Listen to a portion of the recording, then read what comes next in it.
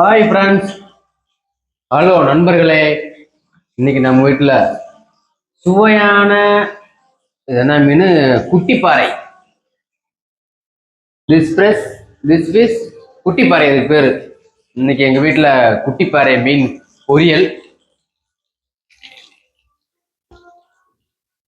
காலையில் சூற மீன், இப்போ குட்டிப்பாறை பொரியல் செஞ்சு ஒரு 1/2 கிலோ எடுத்துகிட்டு வந்தோம். எடுத்து நல்லா மறுவலாக நல்லா பொரிச்சு நல்லா ஜம்முன்னு சாப்பிடலாம். இன்னைக்கு உங்க வீட்டில் என்ன சமையல்னு கீழே கமெண்ட் பண்ணுங்க ஃப்ரெண்ட்ஸ்.